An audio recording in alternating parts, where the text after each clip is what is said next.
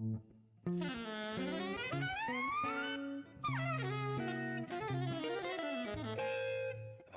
Jazz.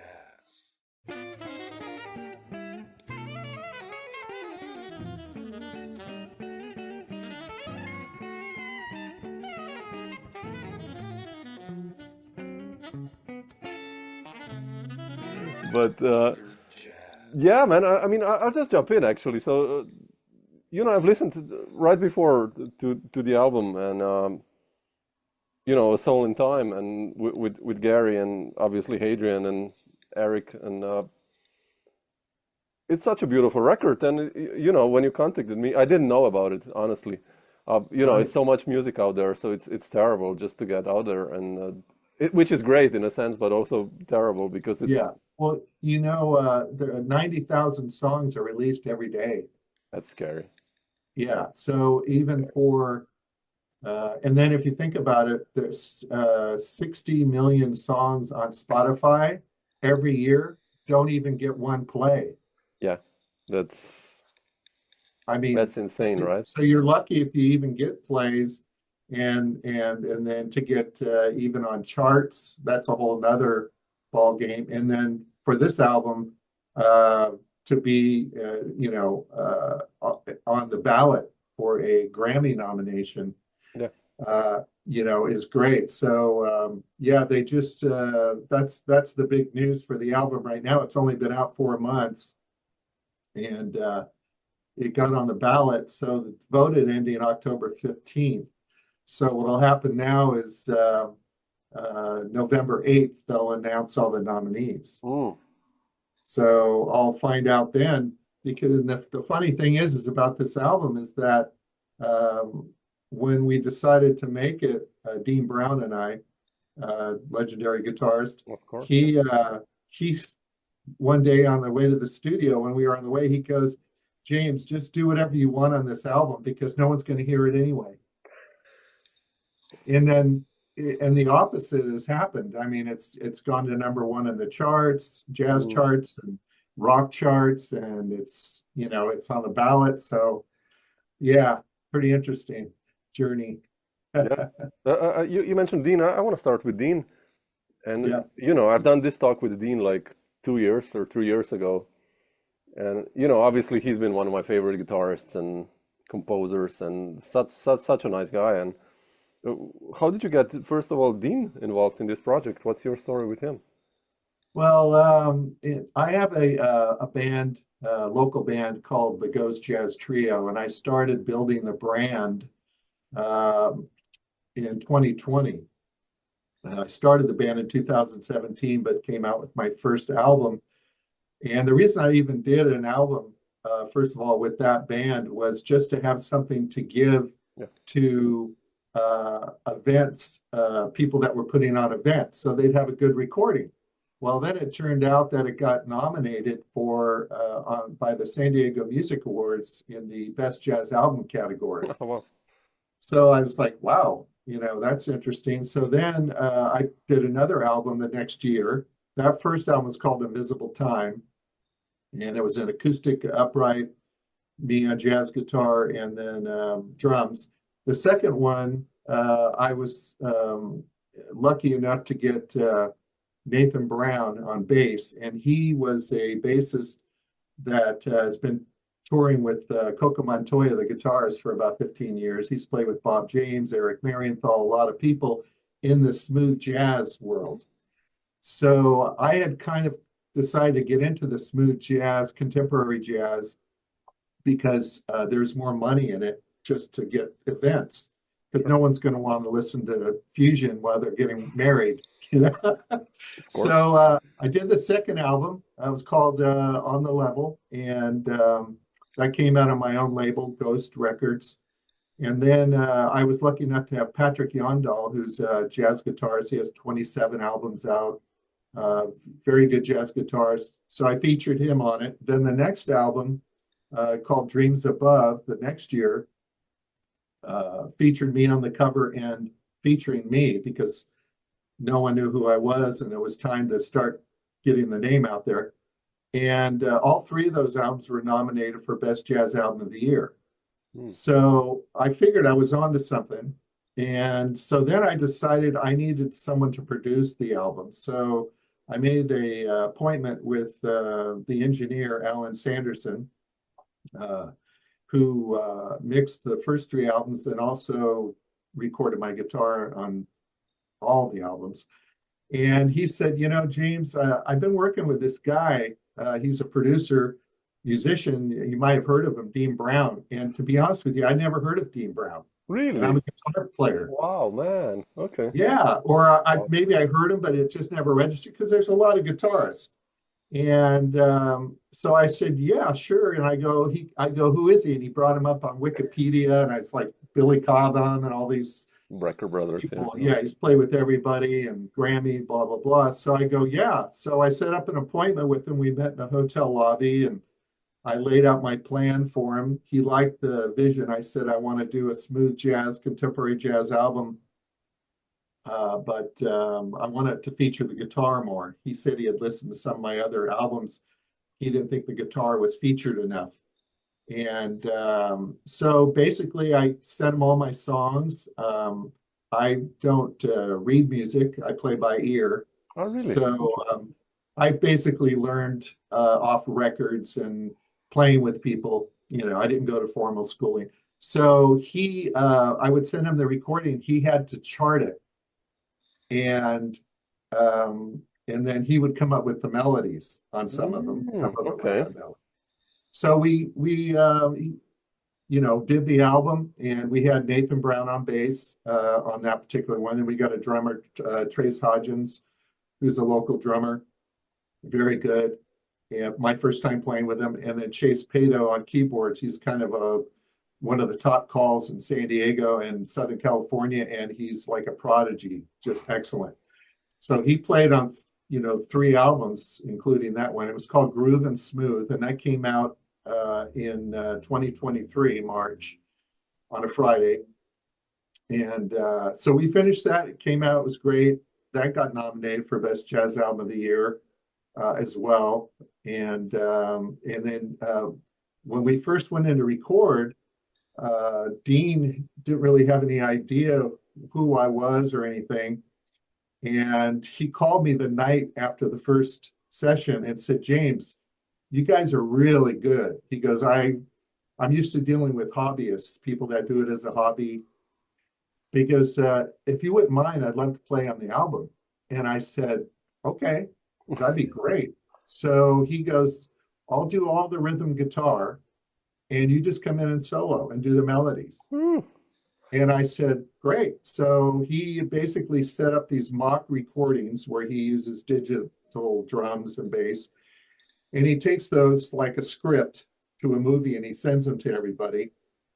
Everybody learns their part and they come in. So the next session, he told everyone, hey, I'm going to be playing blah, blah, blah. Everyone was excited.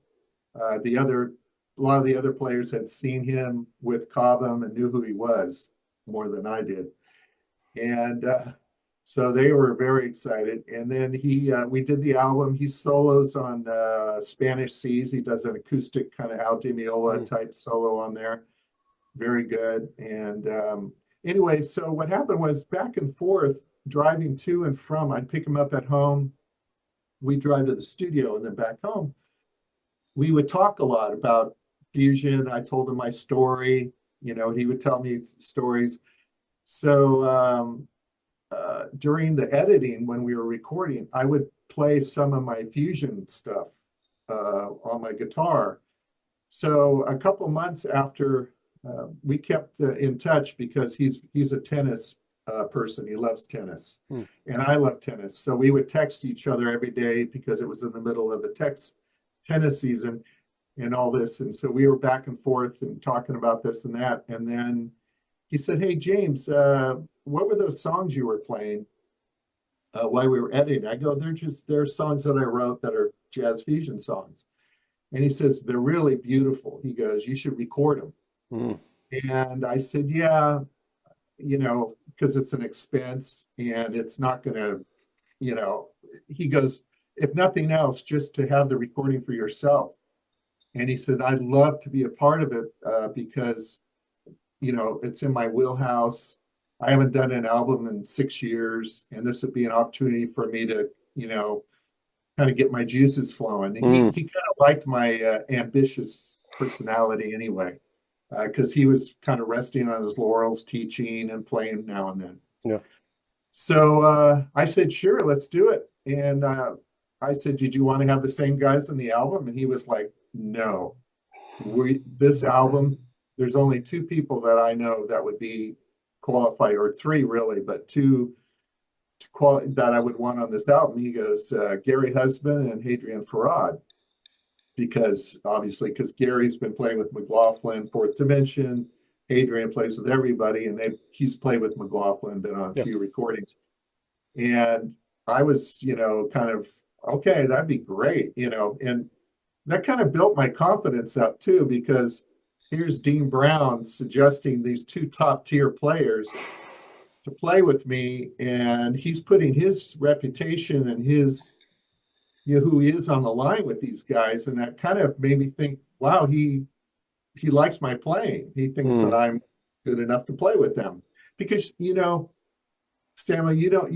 as you're a musician, you don't really know where you stand in the music world. And if somebody who's an icon tells you where you're at, it kind of, it's a reality check. So I said, that'd be great. So he called Gary, and he told Gary that he was going to do this album. I had about 12 songs, but we ended up doing 5 for monetary reasons. And we picked the 5. And then he contacted Hadrien, and he was into it because it's Dean.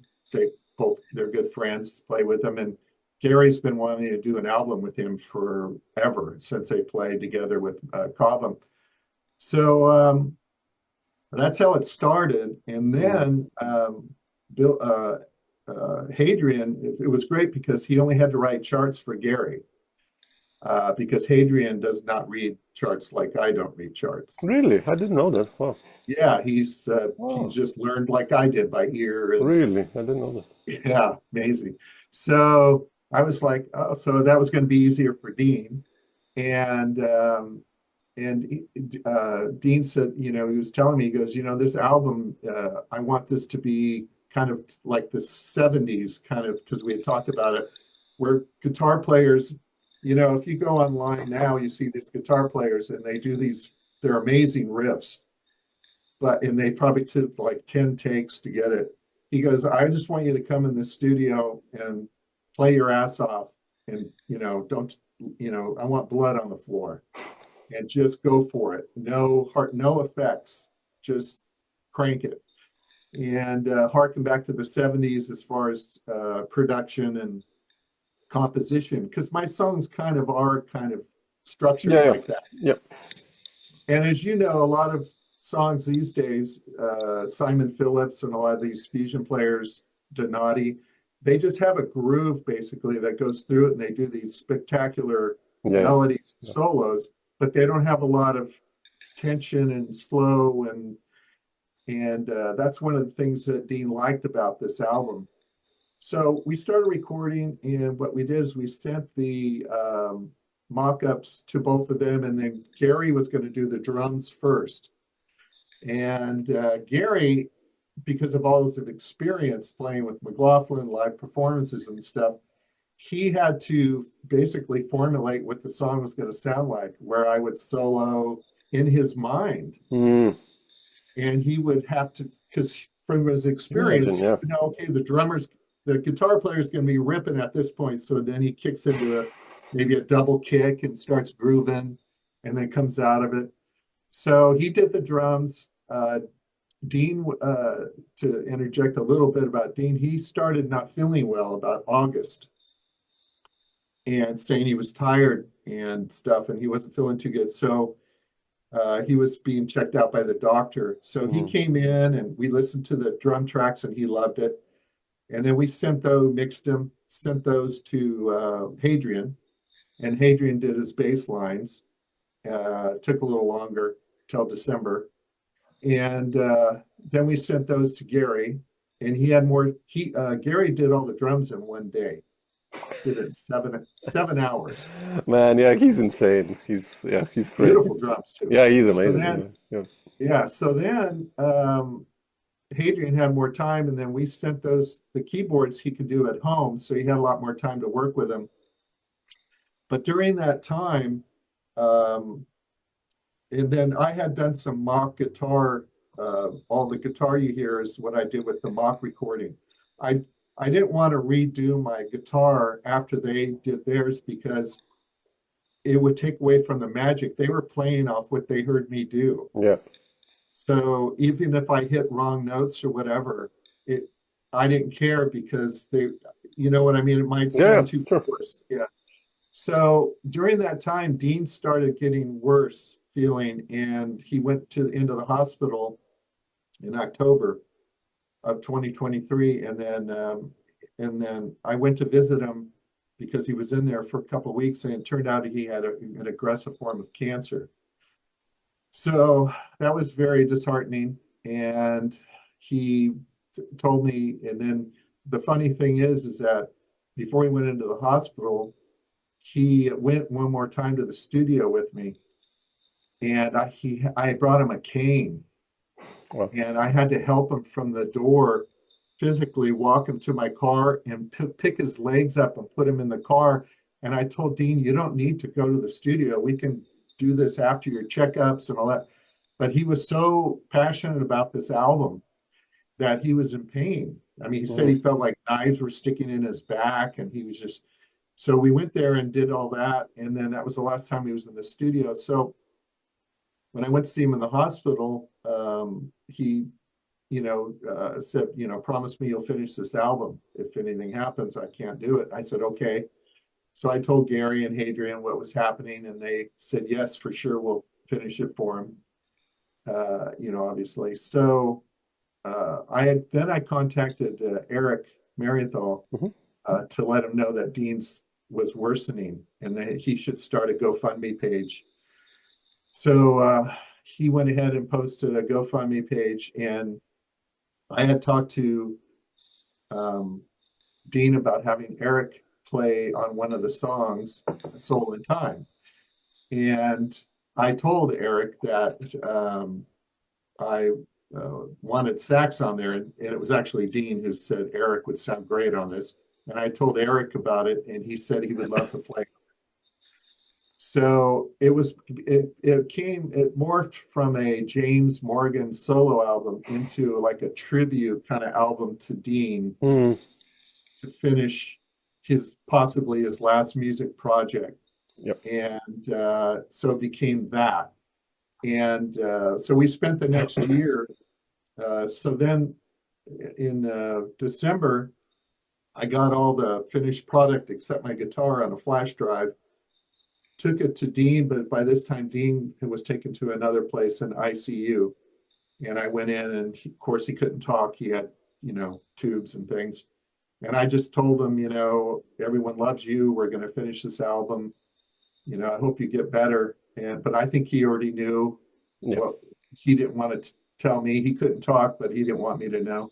And then a month later, he passed away, and it's just hard to fathom that he was gone. So then I had to do my guitar parts, and without Dean there, because when I played with Dean in the room, he would like to say, okay, do your solo, and he'd be on his phone. He goes, okay, do it again.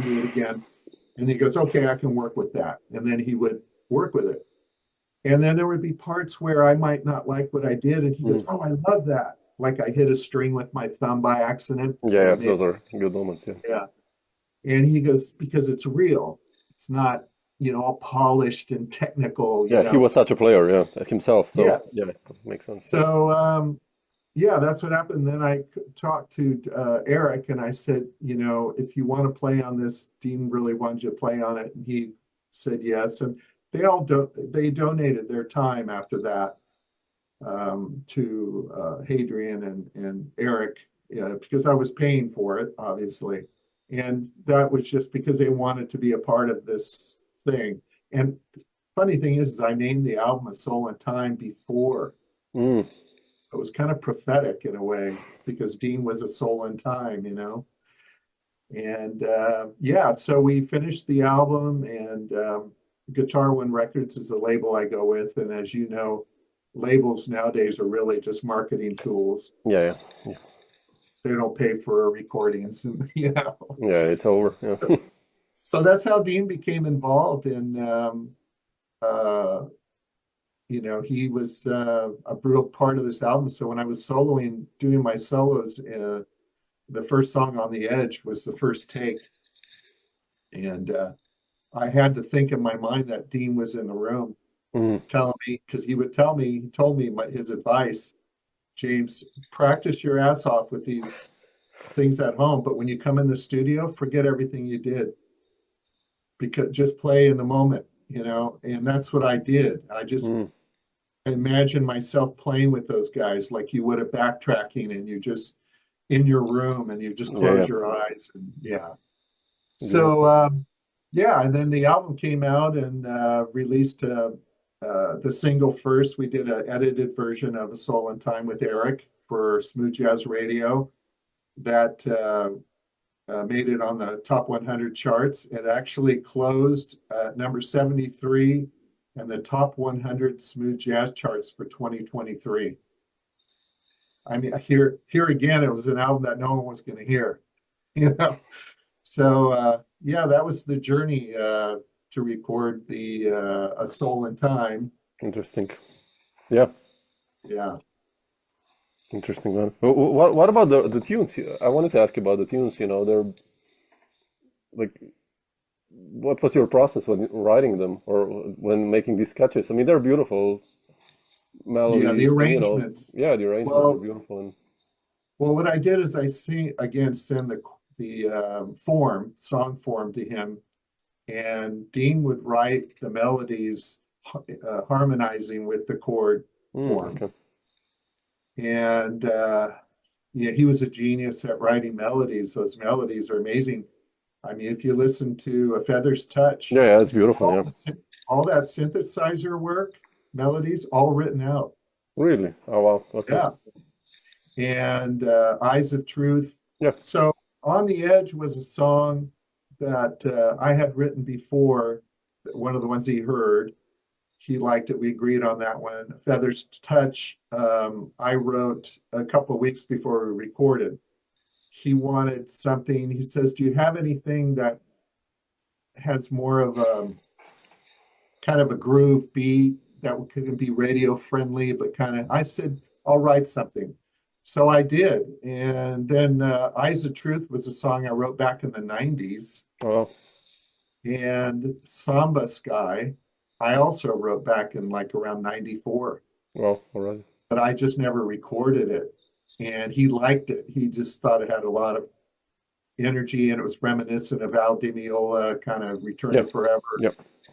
So that's how we did that. And then again, he wrote the melodies, and then Gary took those and put his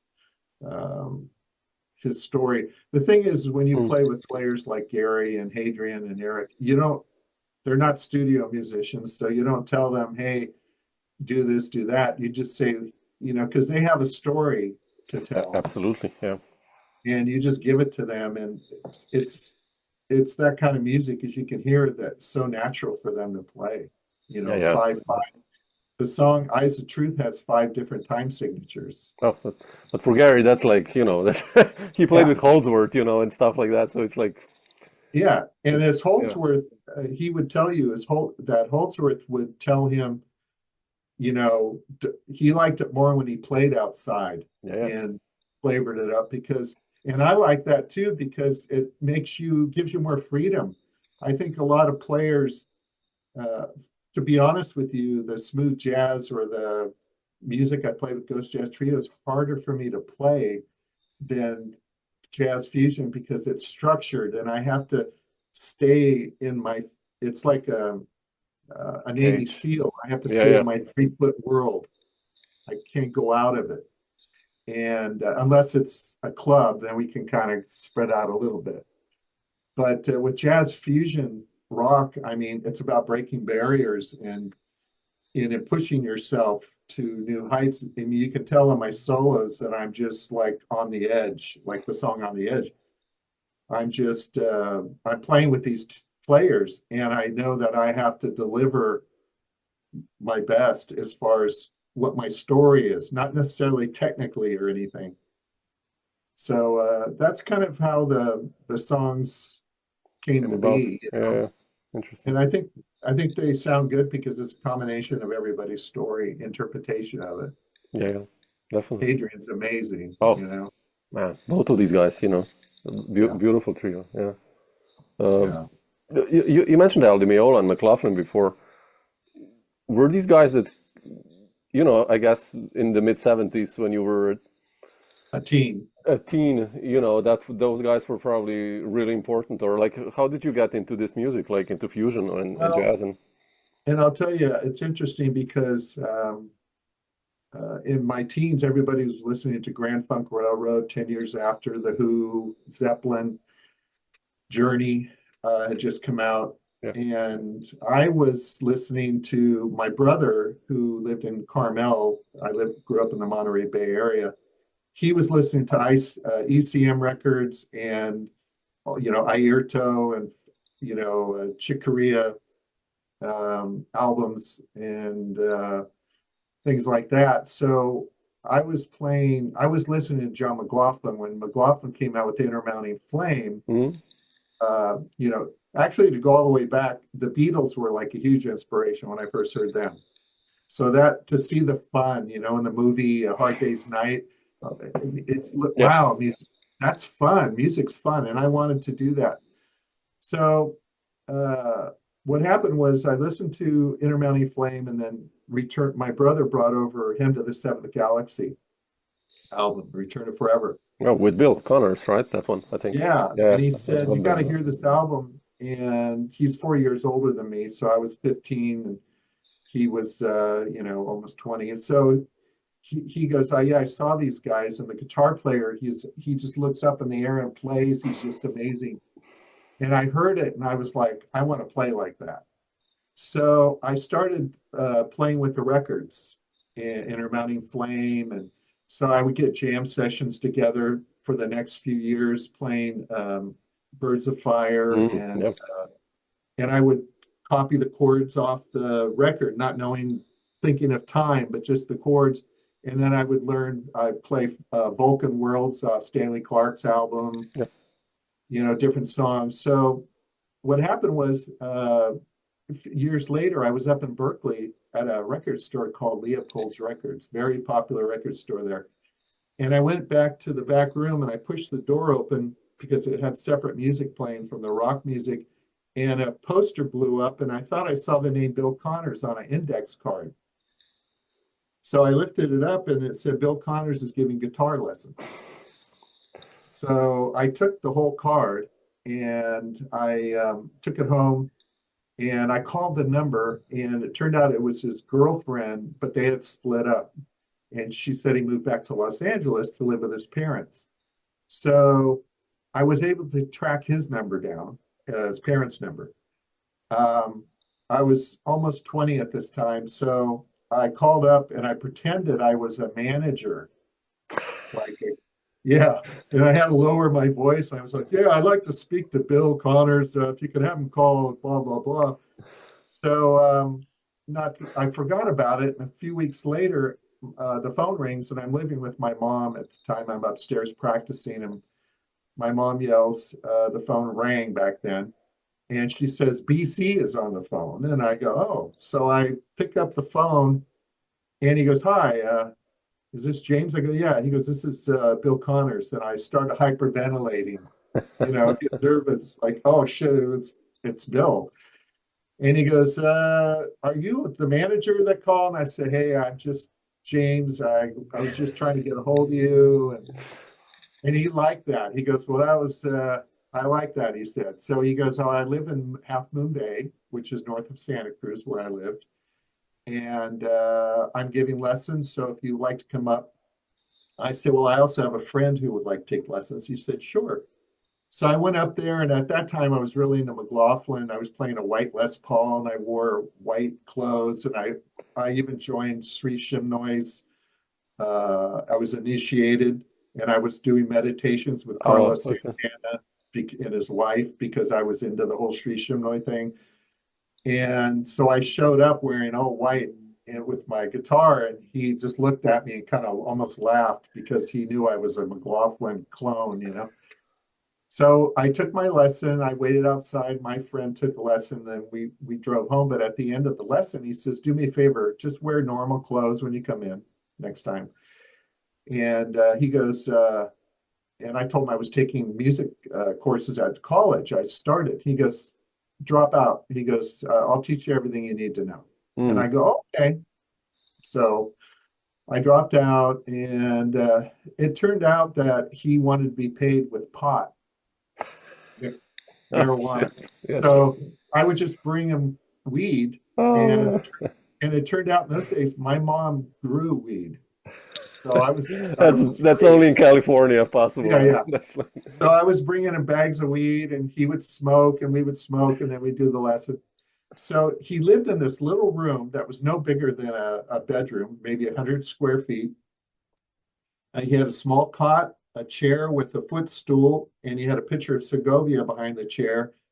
And his routine was to get up at 5 in the morning, practice until 8, eat breakfast, practice from 9 till noon, eat lunch, practice from 1 till 5, eat dinner, eat dinner, and then give lessons, and then practice until about midnight. Do that every day. And he was learning classical music.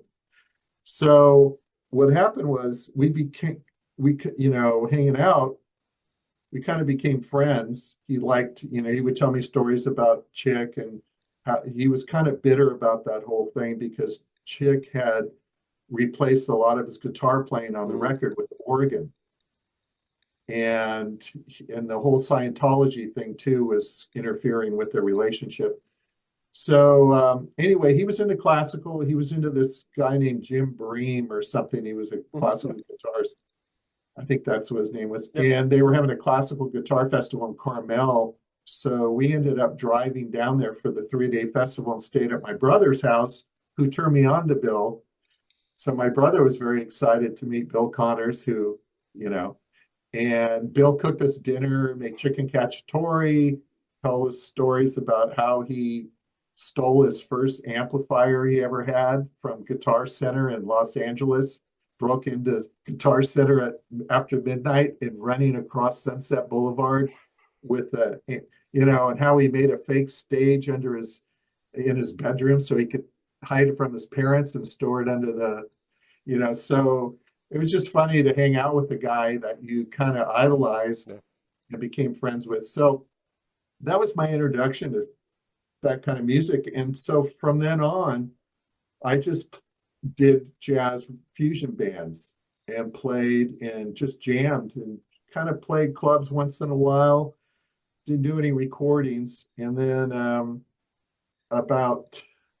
did that for about a couple decades actually. And then around I guess in the 90s, I started a band. I had a band called The Cage, and it was kind of between an Eric Johnson Journey kind of band, and people liked it. And so I just kept that fusion thing going. And in my mind, I was also very inspired by Bitches Brew, because I felt like Bitches Brew, all those guys on that album kind of spawned into the jazz fusion thing. And if you think about it, jazz fusion was only like from the 70s, early 70s, maybe till, 79, right in that little area. But it had such an impact on the music industry. And I felt a lot of those guys got more into because the 80s happened and everything got into digital drums and all that. It got funky.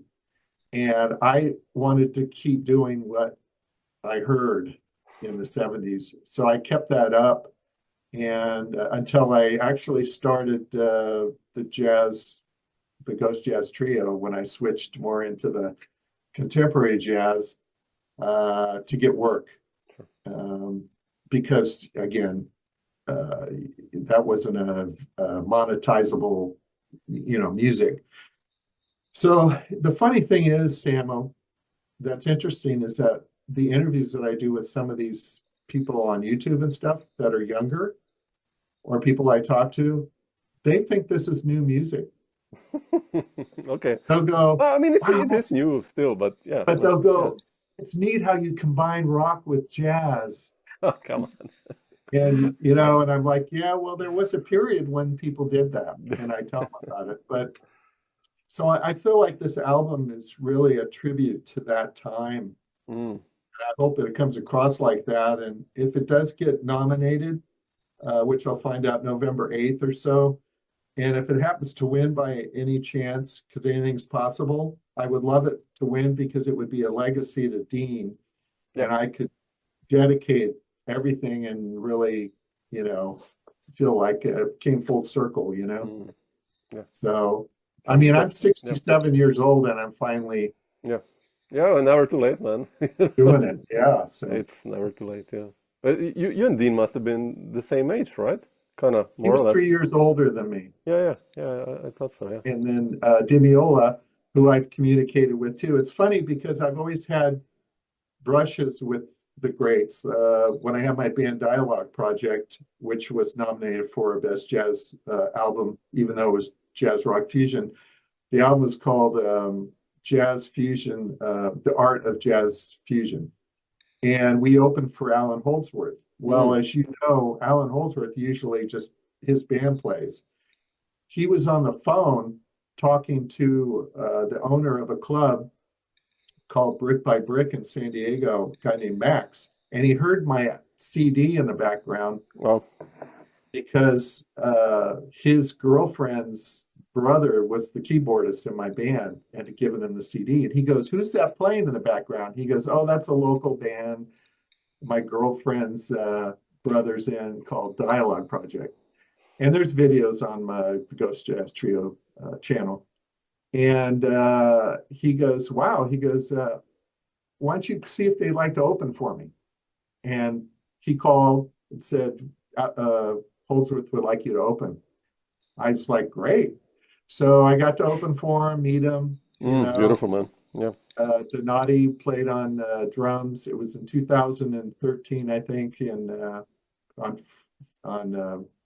Friday the 13th, actually. And Haslip on bass, and a young keyboardist, blonde guy, can't remember his name. He actually died shortly after. Oh, really? So we opened for him.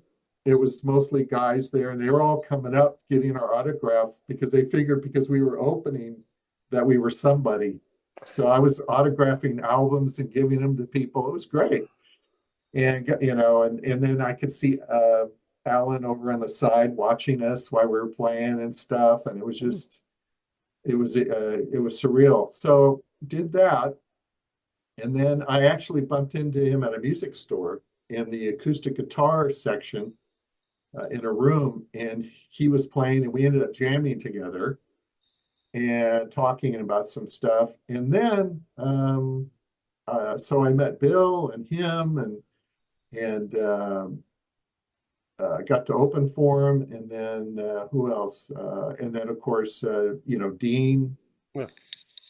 So I've always kind of had little brushes, little signs along the way that told me I was destined for something, and because this album for me is like it's something I always wanted to do, to record it and play with players like that. I mean, Oh man, you get better, of course. and the lesson is I've learned is you just keep working on your craft. They say that the top players in the world have put in an average of 10,000 hours of practice time.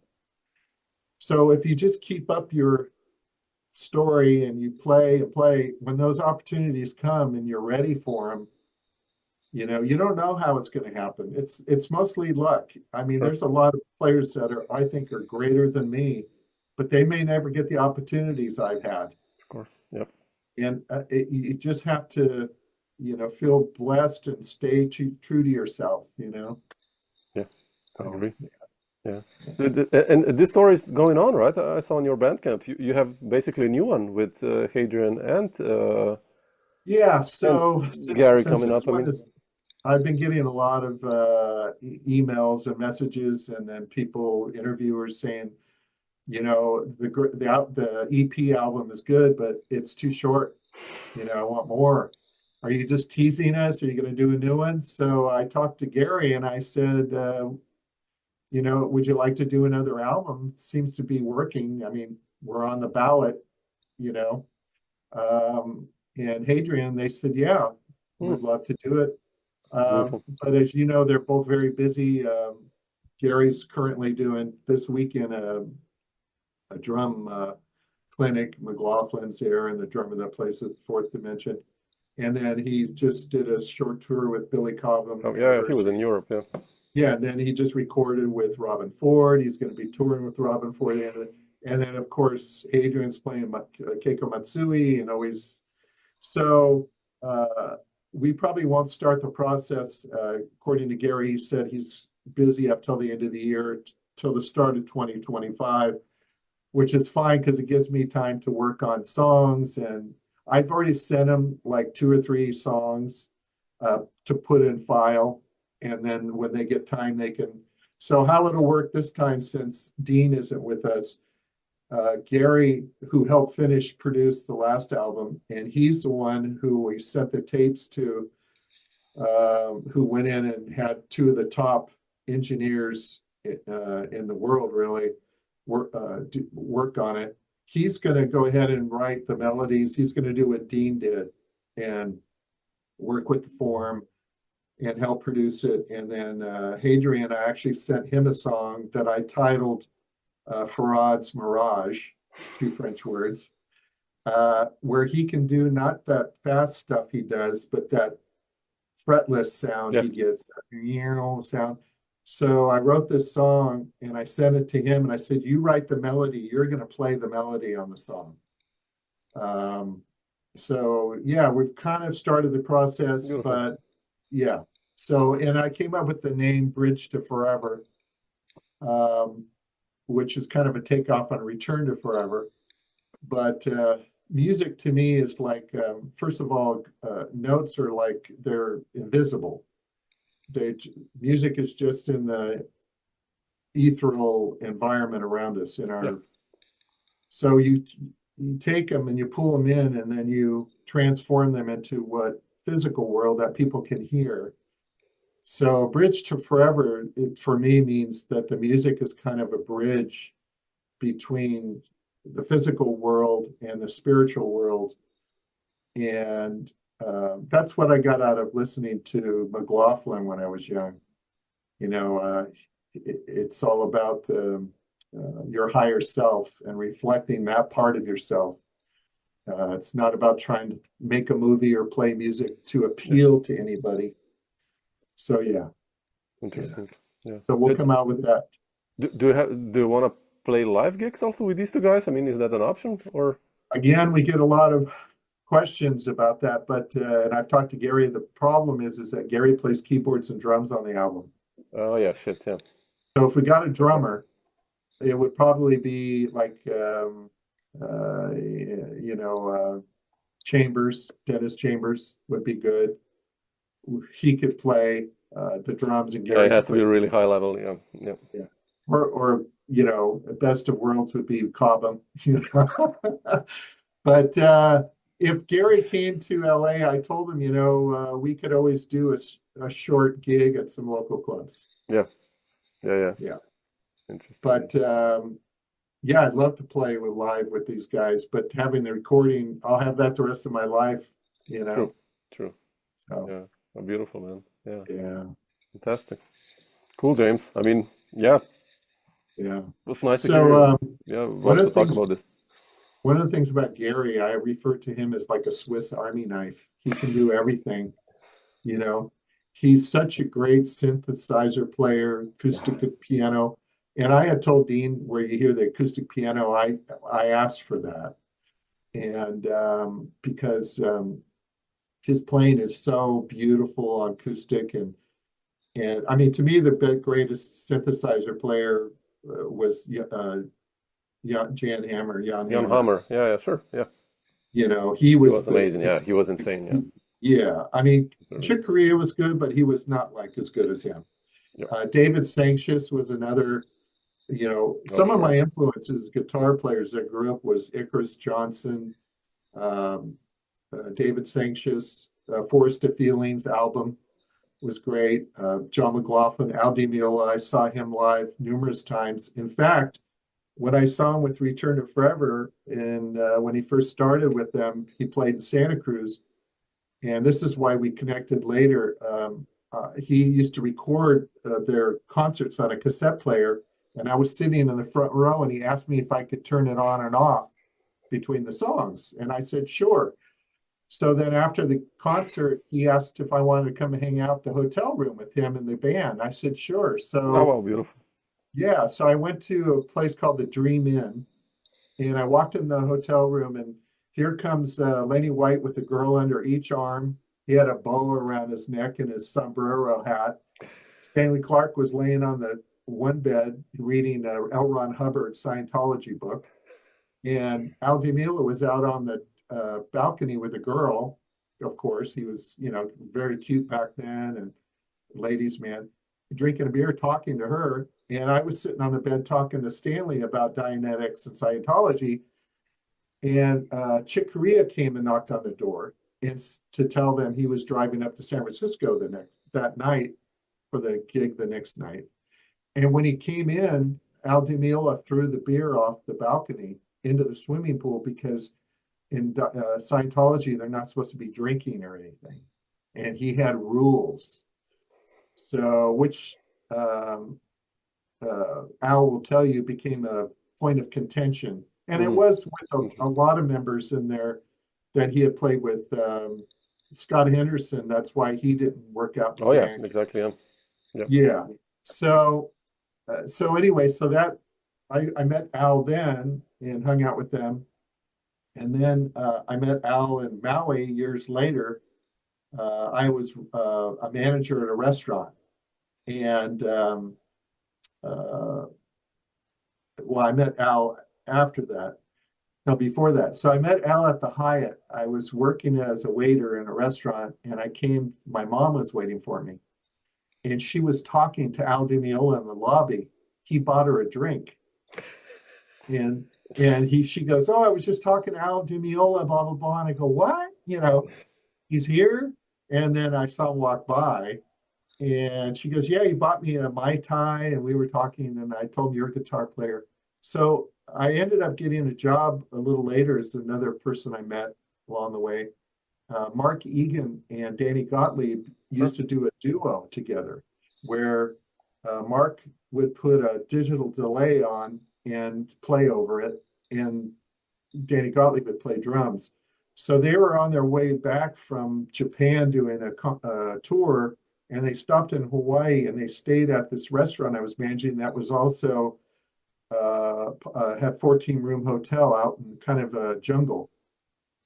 So they were going to play there a couple nights, but Mark's digital delay got lost. But I had one exactly like it, I told him, at home. So I brought it to work, and he ended up using it. So I ended up jamming with them. Wow.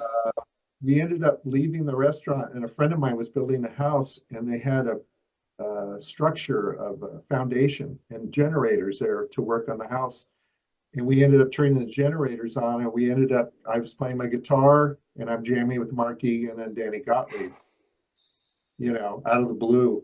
And I was asking them advice. You know, they were telling me, "Yeah, well, you can do what Joe Satriani did and come out with an incredible album and, you know, make it, or you can be a side musician for many years and then eventually get your break." So yeah, so interesting story there. So I ended up talking to Al on Facebook and telling him, you know, the story about that. We were talking about how he would write a book, and a lot of people don't know not the darker side, but the other side of Chick Corea, and he would put it in the book. And So yeah, so I communicate with Al once in a while. I did congratulate him being on the ballot. You Yeah, know, I yeah, said, hey, on the ballot too, you know. So it's just funny how it's full yeah, circle. yeah, yeah, definitely.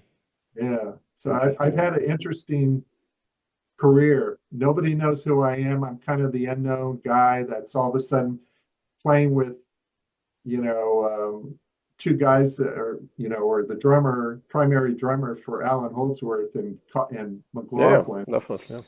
Yeah, and the keyboardist with Cobham. And people are kind of, what, who is this guy, James Morgan, I've never heard of him, you know, yeah, and the album's getting nominated and all this stuff. So um, I'm hoping, obviously, I'm getting the attention, but I want to parlay it into being able to keep doing the music yeah, yeah, exactly. and getting into people like you and older people that know the jazz Yeah, yeah, fusion industry, but yeah, also reintroduce it to a new generation, you know. yeah, But getting to this whole new, the market's different now. As you know, again, 90,000 songs come out every day, yeah, charts, this, and that, and the other. The way charts work, as you probably know, is it's all about how many spins you get. And then those spins transfer into where you are in the charts. So I spent the last 4 years with my marketing partner, smoothjazz.com, Sandy Shore. They send out email blast songs to 92. There's 92 reporting stations. So every week the charts come out on Monday. I would go ahead and send an email blast out every Tuesday for 4 years, never missed a week, thanking them for the spins or asking them for spins, yeah, marketing myself. And that's how I kept on the charts, always in the top 100. And that's, you know, how I did that, built that brand, the Ghost Jazz Trio brand. So if you go to jazztrio.com, band.com, or you go to Facebook, James Fusion Fingers Morgan, or Ghost Jazz Trio, anywhere, all the Morgan-Husband Feraud trio stuff is on there because it's already built in. yeah, I already have sure. a following. And so you know, I've been working at this. And a lot of people think, oh, he came out of nowhere. It's just like a comedian or anybody. You play the small clubs and, you know, small places for 10 or 20 years, and then you make it. Yeah, Now's my time, I guess. And that's the way I look at it, yeah, yeah, you know. definitely. Yeah, So what a way to go out. man. Yeah. Well, hope for tomorrow. You know, looking forward already to the new one. Like really, Yeah. Yeah. really So much. You know. yeah, it's Beautiful. in today's music, again, with TikTok and Snapchat and Instagram, there's a lot of great, you know, you got great musicians. You have Matteo Mancuso, Sure. all these guys that play like Holdsworth. You know, he's the big flavor now. Everybody wants to sound like Holdsworth. Yeah. Well, that's great that you can do all that stuff. And they put on these clips where they're just phenomenal. But that's all they're known for. Yeah, They're yeah. just known for Yeah, playing, Instagram guitarist. It's actually it's called. You know, like yeah, it's a and brand. So YouTube shorts and all yeah, that. yeah, So yeah, even though these guys, I could never play like them, and I know Al feels the same way. Like he's blown away by these guys, and if they would have came out in the '70s, they would be phenomenons. Um, but they're never going to be known for an album or a no, band, they don't do that. Yeah, yeah, right? yeah, yeah, And they can't because the record labels are basically gone. So there's no one's going to listen to an album anymore. They're yeah. just going to listen to clips, you know, and short songs on Spotify or wherever. So I kind of feel bad for them, but again, you know, they're spending 10 or 12 times to get that perfect clip, Sure. you know, smooth technique. It's all technique, but there's nothing else there. There's no story. I agree. Absolutely. Yeah, They don't have their yeah. own voice. You I know, agree. when you hear Al Di Meola, I mean, he's even playing stuff he did in the '70s because that was stuff that made him who he known. Yeah, And people love to hear it. And McLaughlin, I mean, he's one of the few that's kept creating new music. I mean, Fourth Dimension's totally different than yeah, a lot yeah. of these. Oh, absolutely. And I think that's amazing because he's that level up that he can Yeah, just he's evolving all the time. Yeah, all the incredible. time, Yeah, incredible. in his 80s. So again, I'm just going to do the album thing. You can release an album using what is known as the waterfall technique, where you do a single out for a few months, you do another single, you do another single, you acquire all those numbers as far as spins and all that. And then when you can release the album, you can combine all that with the album, and it makes the album even bigger. Yeah, exactly. So I'll do that probably with the next album. Fantastic. Doing that. And there'll be more songs too. So people Beautiful. want. So Yeah, absolutely. but again, the music industry is so different now. And I tell people, they'll come up and say, how do you make it in the music business? And I'll say, you know what, you got to have a story. And I have a story, obviously. Yeah. I've been talking nonstop for all this time, and all that story comes out musically, Yeah. And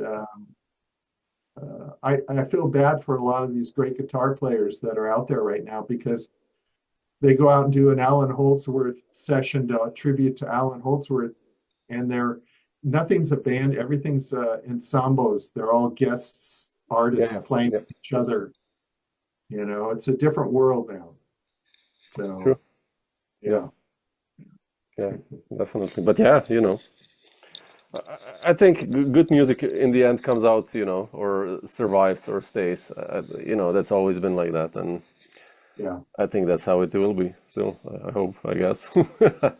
I think this album is great because the drums, first of all, music out nowadays, especially in smooth jazz, it's grooves with no changes. Yeah, like you said. I love bridges. I love slowing down, tension and release. It's like when someone talks and they talk with a lot of pauses, people listen more if you stop, like I'm doing right now, right? But if you talk and you just keep talking, and that's the way the playing is, you hear they're doing the melody and there's a double kick and they're grooving, and all of a sudden they go into the solo. It doesn't really sound anything different than where the melody was. True. And to me, that's boring. It's monotonous. It's mundane. I want to hear, and that's what I love about what Gary did when he heard these songs. He took these songs and his drums, he cymbals, and then he comes way down, and and it's like, and then the bass, he's not constantly just slapping and doing. He's and it's just so much color, and I think this album, that's why it got noticed.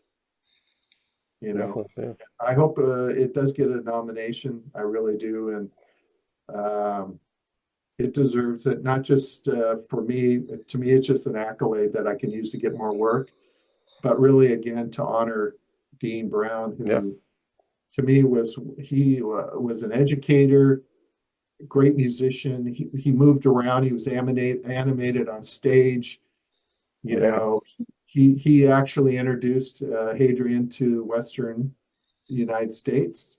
He came over here, and he was just so amazing. And he was such a great writer. I mean, the compositions are beautiful. Dean would be so proud of this album. Definitely. So but to play with Gary and Hadrien, let me tell you, they're sure.